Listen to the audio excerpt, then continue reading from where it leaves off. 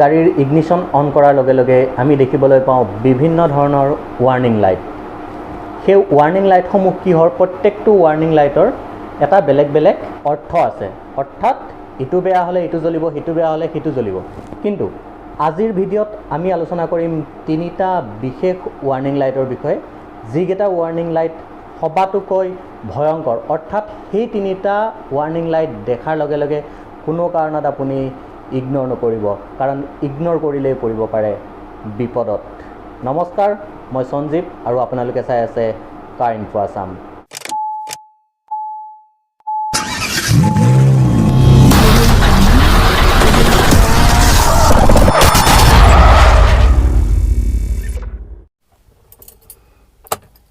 বন্ধুসকল, মোৰ ৱাৰ্ণিং লাইটসমূহ ইয়াতে আহে।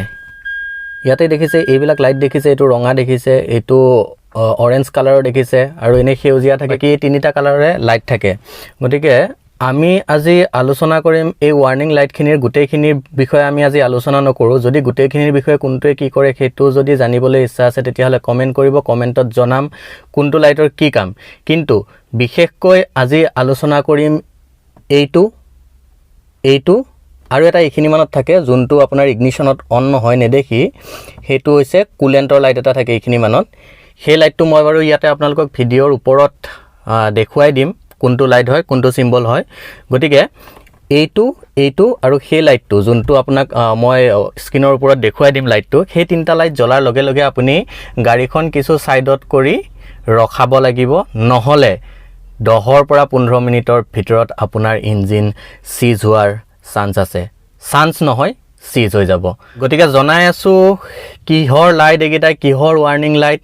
এতিয়া বৰ্তমান সময়ত জ্বলি আছে কাৰণ মোৰ ইগনিশ্যন অন কৰা আছে, কিন্তু ষ্টাৰ্ট কৰাৰ লগে লগে এইবিলাক লাইট অফ হৈ যাব।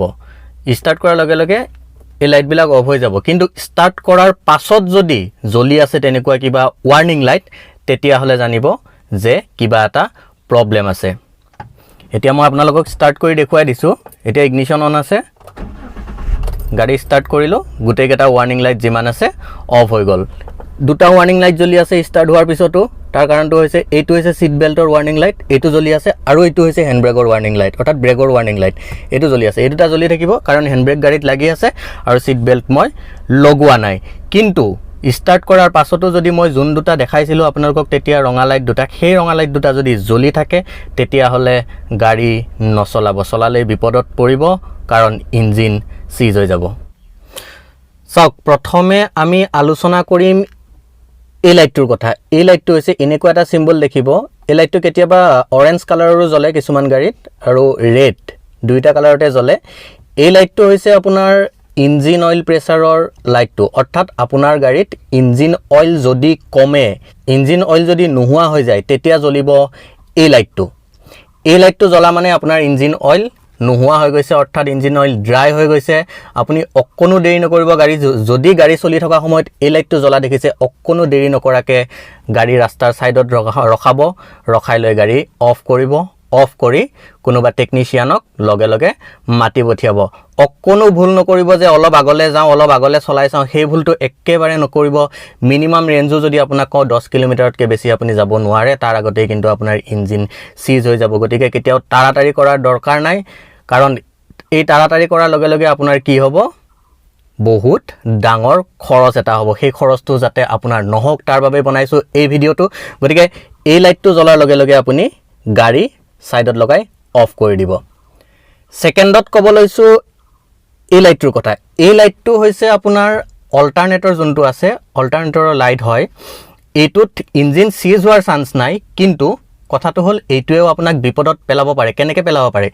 এই লাইটটো দেখিছে, যেতিয়া গাড়ী ৰানিঙত আছে, ৰানিঙত থকাৰ লগে লগে যদি এই লাইটটো জ্বলিছে, এই লাইটটো জ্বলাৰ মেইন মিনিংটো হৈছে অল্টাৰনেটৰে বেটৰীক চাৰ্জ দিব পৰা নাই, অৰ্থাৎ অল্টাৰনেটৰৰ প্ৰব্লেম কিবা এটা হৈছে, বেটৰী চাৰ্জ হৈ থকা নাই। বেটৰী চাৰ্জ হৈ থকা নাই মানে কি, আপোনাৰ গাড়ীখন যদি অফ কৰে, অফ কৰাৰ পাছত কিন্তু আৰু পুনৰবাৰ যে ষ্টাৰ্ট ল'ব, সেলফ চলিব, তাৰ আশা খুবেই কম, কাৰণ বেটৰীত চাৰ্জ নাথাকা হৈ যায়, চাৰ্জ নোহোৱা হৈ যাব। গতিকে ইলেক্ট্ৰিকেল যিমান বস্তু চলে গোটেইখিনি বেটৰীৰ পৰাই চলে। গতিকে বেটৰী যদি চাৰ্জ নহয়, লগে লগে ডাউন পৰি যাব, গাড়ী ধাক্কা মাৰিব লগা হ'ব, ঠেলিব লগা হ'ব।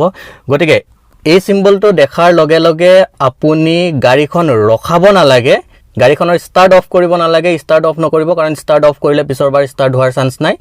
এই চিম্বলটো অহাৰ লগে লগে আপুনি ওচৰৰ কোনোবা টেকনিচিয়ানৰ ওচৰলৈকে যিমান দূৰ সম্ভৱ হয় সিমান দূৰত যদি কোনোবা মেকানিক আছে, কোনোবা অথৰাইজ ছাৰ্ভিচ চেণ্টাৰ আছে, গাড়ীৰ কিবা ছাৰ্ভিচ চেণ্টাৰ আছে, তালৈকে লৈ যাওক গাড়ীখন চলাই, আৰু তাতে দেখুৱাওক অল্টাৰনেটৰৰ কি প্ৰব্লেম হৈ আছে চাব, চাই লৈ ছল্ভ কৰিব, তাৰপিছত ওলাই যাব। যদি ঘৰত থাকোঁতেই যদি এইটো চিম্বল দেখিছে তেতিয়াহ'লেতো ঘৰৰ পৰা গাড়ীয়ে নুলিয়াব, কাৰণ আধা বাটত আলৈ আথনি হোৱাতকৈ ঘৰৰ পৰা নোলোৱাই ভাল, বেলেগ কিবা ব্যৱস্থা কৰি যাওক।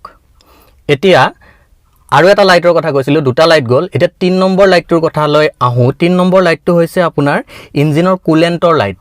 কুলেণ্টৰ লাইটটো কেনেকুৱা, এইখিনি মানত জ্বলিব, মই ফ্লাছত দি দিম, স্ক্ৰীণ ফ্লাছত দি দিম, সেইটো লাইট তেনেকুৱাকৈ নজ্বলে, আৰু যেতিয়া ইঞ্জিন গৰম হ'ব তেতিয়া সেই লাইটটো জ্বলিব।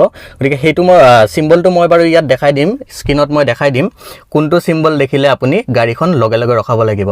যোনটো ইঞ্জিন কুলেণ্টৰ যোনটো লাইট, অৰ্থাৎ টেম্পাৰেচাৰৰ যোনটো লাইট, সেই লাইটটো যদি জ্বলে আপুনি অকণো দেৰি নকৰাকৈ গাড়ীখন ছাইডত নি ৰখাই দিয়ক, ইঞ্জিন অফ কৰক, টেকনিচিয়ানক মাতক, দেখুৱাওক, ঠিক কৰক, কিন্তু অলপো দূৰ গাড়ীখন নচলাব। চলালে আপোনাৰ ইঞ্জিন চিজ হ'ব, সেইটো 100% কনফাৰ্ম।